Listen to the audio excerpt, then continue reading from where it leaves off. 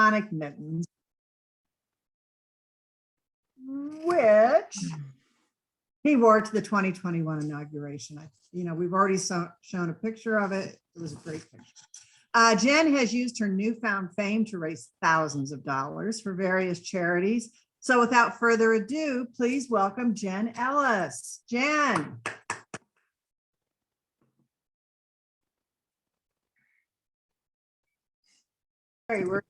I'm so excited. I was on mute. There we go. Now I can see everybody's faces. It's nice to see you all. We were gonna, see if you could do sign. I just have a few questions, and then I thought I would kind of like to open it up to the audience today, and they could type into their chat, and we could try to pull some questions from them. I know we have limited time with Jen, so I'm going to get right to this.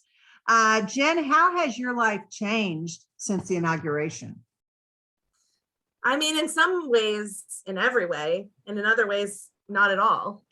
I mean, I am a second grade teacher, as you mentioned, and I didn't want to give that up when this happened to me. Lots of people suggested I open a mitten factory or go into the mitten business, make some jobs for people.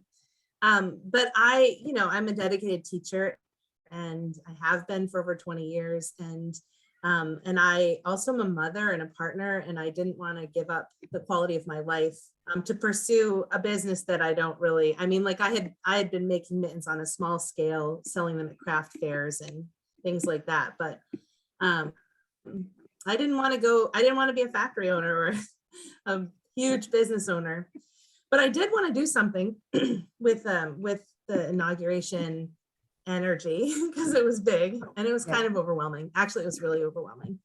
And so I partnered with a local teddy bear factory, and they created 10 new jobs, and they're making the mittens. Vermont Teddy Bear Factory. Anybody can get them now, which is great. And I've partnered actually with a lot of different businesses around the mitten themed products. And my only request was that every partnership have some sort of charitable component. So the Vermont Teddy Bear Factory has an affiliation with Make-A-Wish Vermont. And so a generous portion of every sale goes to Make-A-Wish. And then I've done a number of other things. I partnered with Darn Tough, which is a sock factory here in Vermont. And they did a one-time sock sale, which benefited Meals on Wheels. And I partnered with a maple syrup manufacturer. I pulled up some things to show you, but this maple syrup is actually still for sale, and 100% of that benefits Camp Tecumseh, which is a camp for kids living with terminal illness or who've survived. Well, I guess you don't really survive terminal illness, but who are very sick. Anyway, so all of this stuff is going around me, but my initial goal of keeping my life intact and being dedicated to my family and keeping my job has pretty much stayed the same. Wow, good for you. Well, I would be remiss not to ask, how did they end up on Senator Sanders' hands again? I don't remember the story. So how'd that come about? Well, Bernie's daughter-in-law was my daughter's preschool director. And so after he lost the Democratic nomination to Hillary Clinton back in 2016, I was making mittens for my daughter's preschool teachers. Okay. And I made an extra pair for him because I like him and I support his politics. And I also just felt like he was about to retire. At least I thought he was. I mean, obviously that didn't happen. So that was it. I've never met him, and I just made them for him. I make mittens for lots of people, honestly. I like making them, and I make them out of repurposed wool sweaters. So I actually have a pair right here I can show you. So I take old sweaters and I cut them up, and I have different pieces. This is the back piece, the palm, and the heel of the hand, and then I use the cuff of the sweater and I line it with fleece. So he liked them, I guess.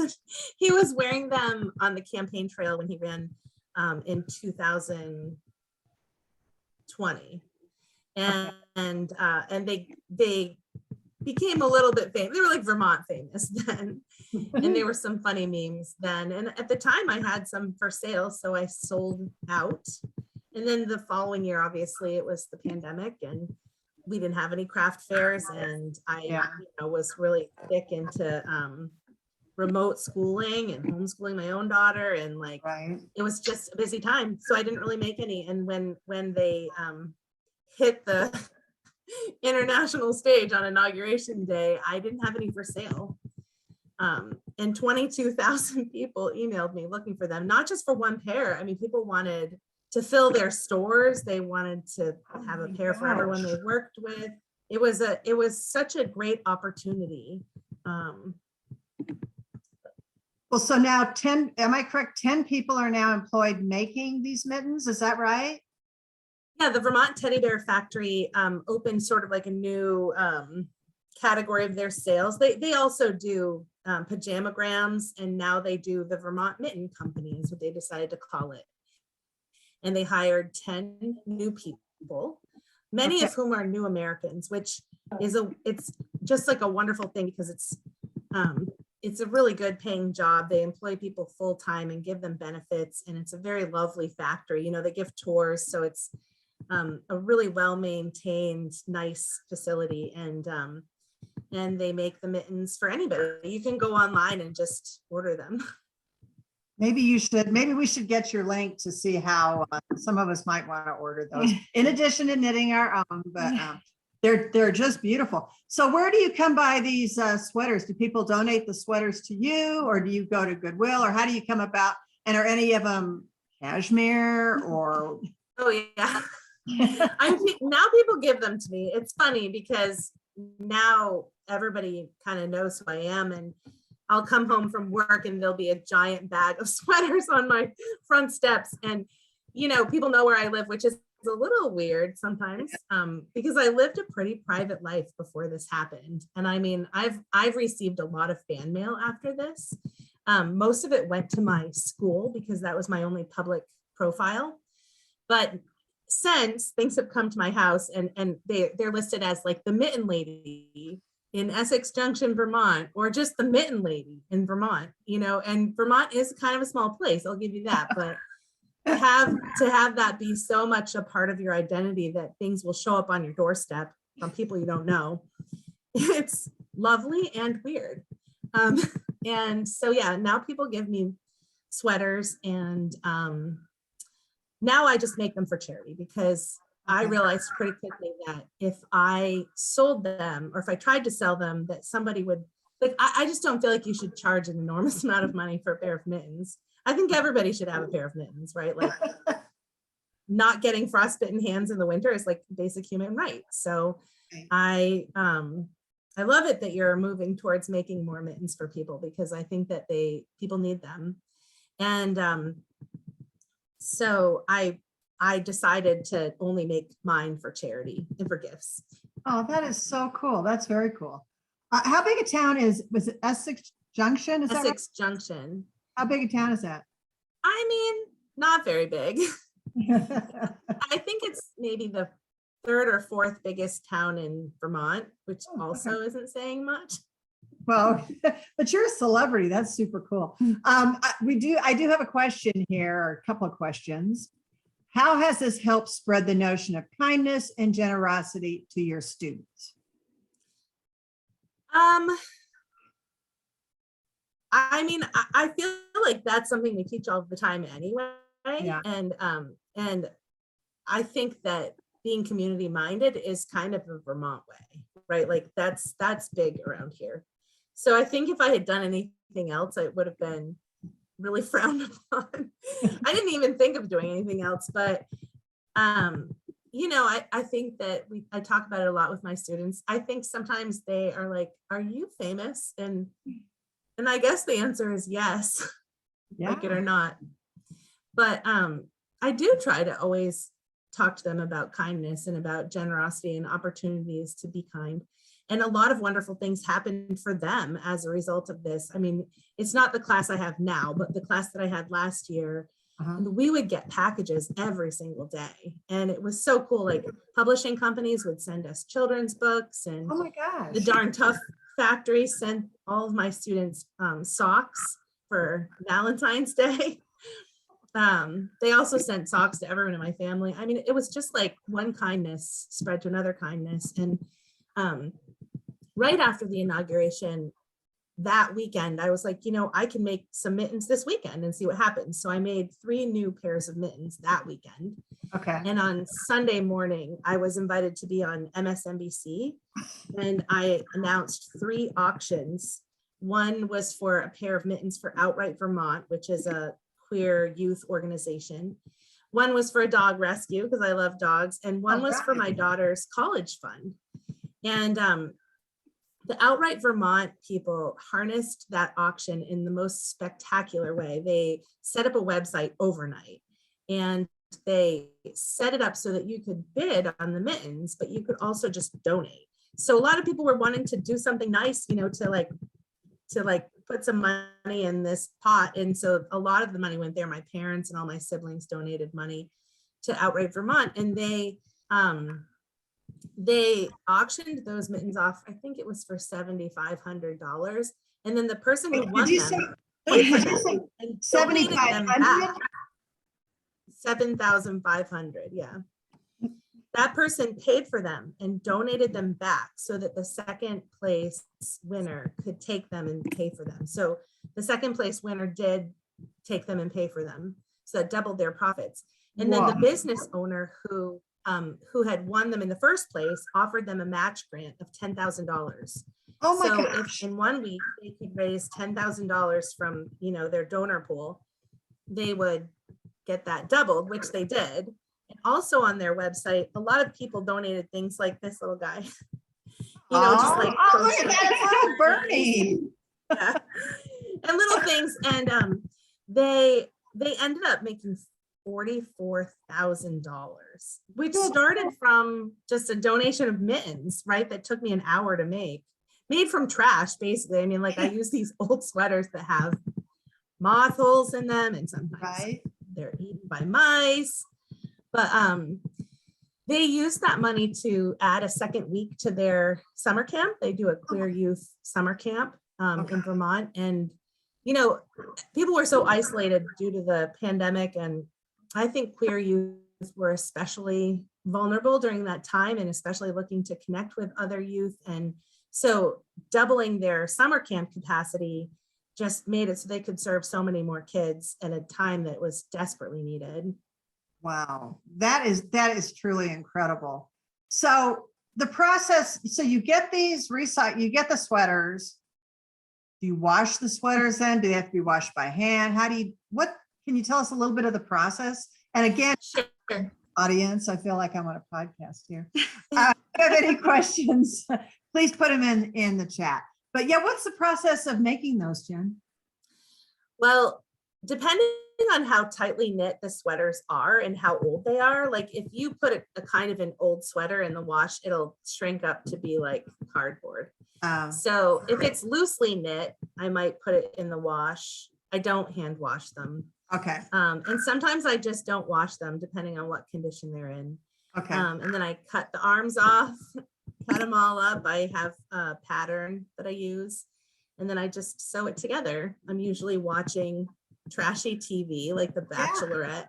All right. Good for you. Yeah. I mean, something that I can just like watch with half an eye and be mildly amused. And that's the process. So are they hand stitched or machine stitched? They're stitched on a machine. And actually for the first, I mean, I've been doing this for about 10 years. And so for the first 9 years or so, I was making them on a Singer sewing machine that my mother gave to me when I was 12 years old. So a 30-year-old machine. And then the Singer Sewing Machine Corporation reached out to me after this, and they sent me an industrial machine, a brand new, I mean, really nice machine, which was so astounding to me, right? Like that someone who doesn't even know me would send me a new sewing machine. But I did a little My Singer story for them. If you look it up, you can see me just a couple days after the inauguration. And I mean, I looked so shell shocked. I was so, I mean, I couldn't sleep. I would wake up in the morning and be like, did that really happen? And also I was so nervous because it's so weird to be all of a sudden known, right? And I couldn't eat. I lost 9 pounds in the weeks after the inauguration. Because, Oh my I mean, gosh. let's be honest, I had a few pounds to lose, but I was so stressed out. I couldn't eat and I couldn't sleep, and it was very hard on my family. And so the kindness of our neighbors and people I interacted with really helped hold me up. Right, right. Do you have any other project or handicraft or whatever that you're thinking about, or? Well, my first handicraft was quilting. Actually, I've always been a quilter, and so I actually have a quilt right here. Because we My do. pile of this is a quilt that I made right here, Oh, it's pretty. and Yes. it's like a queen size quilt, so it kind of goes. Oh my gosh. But that was really my first love, was quilting, and also rescuing old quilts. Like my mom had some old quilt faces in her basement. Okay. And here's a good story. I when I very first started sewing, I found this quilt face in my mother's basement, and I wanted to finish it for my mother. And she said, I think that was actually made by your grandmother's mother, and I want to finish it. And we had this back and forth, but I was like, Mom, you're never going to finish it if you've had it in the basement for this long. You sound like one of my daughters talking to me about yarn, Jen. Okay. So I took it with me. At the time I was teaching with Teach for America down in North Carolina, and it was 2001 in the summer. And I took it with me, and that, of course, then the World Trade Center happened, the attack on the World Trade Center, and all the planes were down. And I ended up staying in North Carolina by myself for Thanksgiving because it was too hard to fly, right? Yeah. And I finished that quilt for my grandmother. And when I went to give it to her for Christmas, she looked at it and she said, that was not made by my mother. It was a hand-stitched quilt, which I finished by hand. She said, that quilt was made for me by my grandmother, who died before she had a chance to finish it. Oh my God. Finished by my granddaughter 80 years later. It was so astounding. So that is a great. Yeah. And actually after the inauguration, a lot of different, well, not a lot, but a couple of agents were interested in me writing some of these stories down. Ooh. So I wrote a memoir. Oh my God. Funny. While this was happening, this is what saved me, was writing, right? Like these unbelievable things would happen during the day. Like Bernie called me one day. So did he really? Yeah, he did, out of the blue. So I sat right down and wrote about that conversation and about what it was like to just have one of your heroes just call you on a Sunday afternoon. And I had, and that story about the quilt is actually the first chapter of that book. Unfortunately, when it came right down to it, it didn't get published. It didn't get purchased, which is a great sadness because I worked really hard on it. And in the end, I thought it was a really good story. So I may self-publish it. Yeah. Well, I know you're going to put this in your book, or you're going to, but we have just a little tease what the senator had to say. Oh, sure. Well, I don't know if the book is ever going to get published. So okay, I think he mostly was calling me to thank me for the mittens, because a number of people who interviewed me, I did about 35 interviews after the inauguration in the weeks that followed. Wow. And a lot of people asked, did Bernie thank you for the mittens? Did he, do you know him? And the honest truth, and I didn't say this to shame him in any way. The honest truth was I don't know him, and lots of people send him things, and I didn't expect to hear from him. And and so I was like, no, I never heard from him. But I think that did make him look a little bad. So I think maybe his campaign pressured him a little bit to give me a call and thank me, which it was lovely. And one of the things he said was, don't ever Google yourself, which was great advice, because so many people said wonderful things about me and liked my interviews, but there were other people who just really raked me through Oh. the coals, you know, the right-wing media Oh, yeah. got a hold of little things and took them out of context and really, you know, ripped me to shreds. And I didn't want to know about it. I didn't have the capacity to handle it. Yeah. And so I thought that was good advice. Don't ever Google yourself. Don't Google yourself. But also people, I mean, a lot of weird things happen. Like people began impersonating me online, and they set up fake websites where they were selling my mittens, and they used my name and my picture. And the state attorney general's office of Vermont got involved and had to take those websites down. And lots of people were scammed. Lots of people sent them money, never got their mittens. And so people were calling me and writing me and emailing me for months, and like 6 months after, being like, where are my mittens? You know, where you owe me money. And like, all I could say is, you know, I gave so many interviews. Like, I didn't Google me, but if you had Googled me, yeah, you would have known that I wasn't making mittens right, or selling them. right. So Did you have to get an attorney involved to help you out? yeah, I had to hire 2 lawyers. I had Oh my hired a gosh. business lawyer to help me navigate some of the contracts, the business contracts that I ended up making. Okay. And I hired an entertainment lawyer to help me with the book and to help me with some of the TV appearances, which included, I was on the Disney Channel, and I was on To Tell the Truth, which is a game I show. know To Tell the Truth, sure. Yeah, I'm on season 6, episode 2 or 4. Anyway, you can look me up. I'm on To Tell the Truth. They flew me out to Los Angeles, which was so exciting. And yeah. I remember To Tell the Truth from my youth. It's 3 people get together, one's telling the truth. And I back in the before you were born, Jen. But they had a panel of celebrities who you know, were trying to figure out if you were telling the truth or not. And a long time ago in the 80s, they actually had Rosa Parks on To Tell the Truth. Really? As the celebrity. Right. So by talking to you today, we're doing, you know, like 6 degrees of separation from Bernie Sanders. So we're just like a couple of steps away right now. Right, that's right. That's pretty cool. Yeah. And then I mean, I think that one of these days I'll probably run into him on Church Street or on the sidewalk or on an airplane. I one time had dinner next to him at a restaurant, but you know, like anybody else, he was there just to have dinner with his family. So I didn't like accost him, but yeah, in the future, I might go up to him and be like, you know, those mittens. Well, you should definitely. I mean, that is so cool that he's a hero of yours and that this all happened. I think it's amazing. Yeah, I think, you know, he has been fighting for gay rights since like the 70s. I mean, there are pictures of him in like gay pride parades and, you know, fighting for gay rights legislation. And I'm a lesbian, and I just feel like hats off to an old white guy for caring so much about my rights. You know, he's always just been on the right side of history.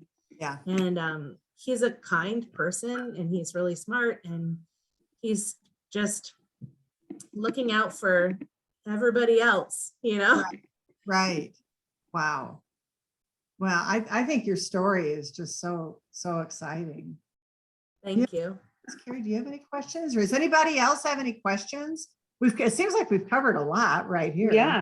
I just can't believe this whole backstory and all the interviews. And I mean, to us, me anyway, you know, it was, you know, great. The mittens look great and everything, but how your life just exploded or mushroomed or whatever.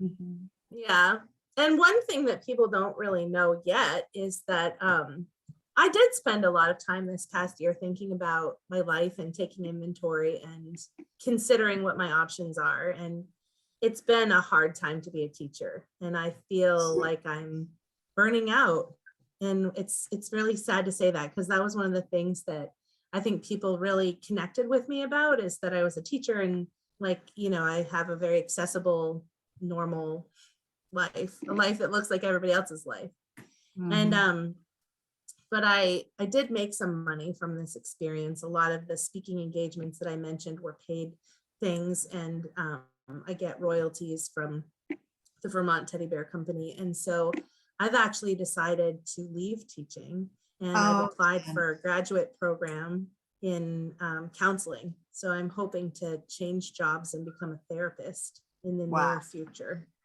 Wow. That's kind of new news, and it's been a while coming to fruition, but I think it's time. I never wanted to be one of those like bitter, curmudgeon-y old teachers. So I'm gonna leave on a high note. I know what you're saying. I have a daughter who's a middle school teacher who's looking for something outside of teaching. My partner in crime here, my MC, Carrie, has been teaching for, did you tell me 15 years? Yeah, well, 20 all told, but 15 in elementary, yeah. What do you teach? I teach English as a second language, kindergarten through. Yeah. Wow. I have That's taught amazing. second grade. I've taught second grade, like Yeah. classroom too. Second grade is truly a Oh, it's the best. magical time. They're And my just- own daughter is going to be in second grade next year. And this is so Vermont, but like in our school, we only have one section of every grade. So Mhm. next year she'll be in my class. And I Oh. promised her that I would hang on for one more year. So I'm hoping to start my graduate program part-time next year. And I'm going to go out with a big bang and teach my own daughter, which will be really cool. That's very cool. Let's see. We've got from Julie Myers. Oh, Thanks so much for sharing your story with us. It's inspiring how you've used your fame to help others. And from Marissa, thank you for being inspiring. I know seeing knitwear in the spotlight really helped our mission move forward.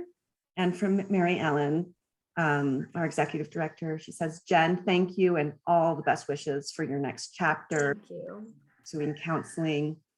And I will say that Bernie also did a fundraiser after the inauguration. He sold Mhm. sweatshirts, and With the his picture. fundraiser net $1.8 million. That was another thing he called me to tell me, was that they had raised $1.8 million.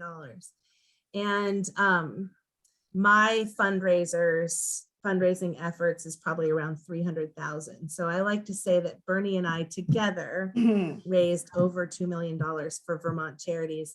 And his charity was Meals on Wheels Vermont, which my own grandmother, the one with the quilts, had for the last few years of her life. She lived out on a dirt road. Oh my gosh, this gives me chills. This is all these lovely. connections. You know, Unbelievable. Also, Yeah. just to give you a little boost, Judy Pendleton has said mid-career changes are invigorating. I became a teacher at age 47, and she good wishes. for you. Yeah. Yeah. I mean, I think if teaching had been my second career, it would have been my last career, but it was my first career. And so I think, I think people have the capacity to be good at more than one thing, and Yeah. it's good to switch things up. Yeah. Well, One last question from Marissa is, it says craftivism is really gaining momentum. And do you think you might use crafting in some way in your counseling and your therapeutic studies? I hadn't thought of that, but it's a good idea.